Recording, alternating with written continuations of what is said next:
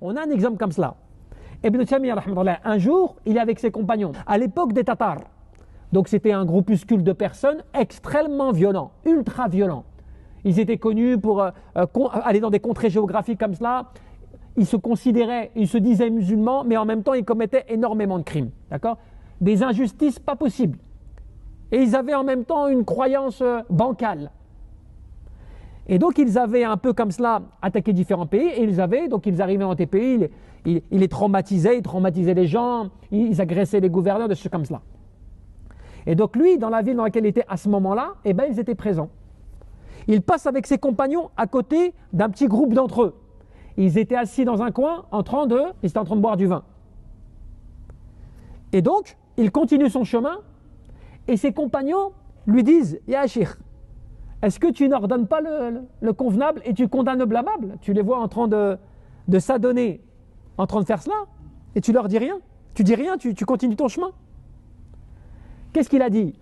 Il a dit parce qu'en fait, le fait de boire de l'alcool, c'est quoi? C'est haram. Mais pourquoi Allah Jalla fi'ula l'a interdit? Parce que cela, c'est quelque chose qui te détourne du rappel d'Allah. Allah Jalla fi'ula t'a interdit l'alcool pour son contenu et comment est-ce qu'il transforme ton esprit. Mais pourquoi à la base? Parce que lorsque la personne boit de l'alcool et qu'elle est sous l'état d'ébriété, eh bien elle oublie Allah. Et c'est pour ça qu'au tout début de l'islam, quand à l'époque cela était encore toléré parce que l'islam venait d'arriver et les cœurs n'étaient pas encore complètement certains, certaines personnes pouvaient arriver dans la prière avec un état d'ébriété, au point qu'ils ne savaient même plus ce qu'ils disaient. Tu vois?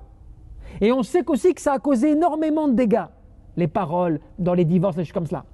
Donc, qu'est-ce que cela fait? Cela te détourne, en réalité, la base de quoi? De cet acte. Pourquoi ce produit-là, l'alcool en lui-même, est interdit comme cela? Parce que celui-ci va te détourner du rappel d'Allah. Cela va te détourner des obligations religieuses. Et donc, qu'est-ce qu'il dit? Il dit donc l'alcool, à la base, c'est interdit pour cela. Et eux, ce qu'ils font, eux, en commettant le dhulm avec les gens, les agressants, les violents, les volants, les choses comme cela, c'est pire que le fait de lorsqu'ils boivent de l'alcool et que leur esprit est ainsi comme cela. C'est-à-dire qu'ils sont assis comme cela, ils ne bougent plus, ils sont dans cet état d'ébriété et ils restent comme cela, inconscients, si je puis dire, par rapport. Alors que lorsqu'ils ne sont pas dans cet état-là, qu'est-ce qu'ils font?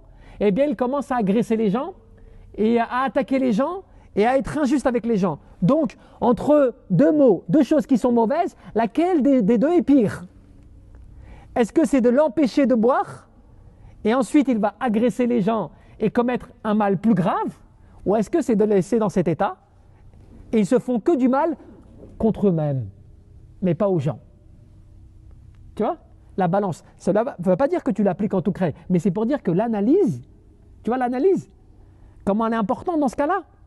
Et donc les gens, des fois, ils ne prennent pas ça en compte.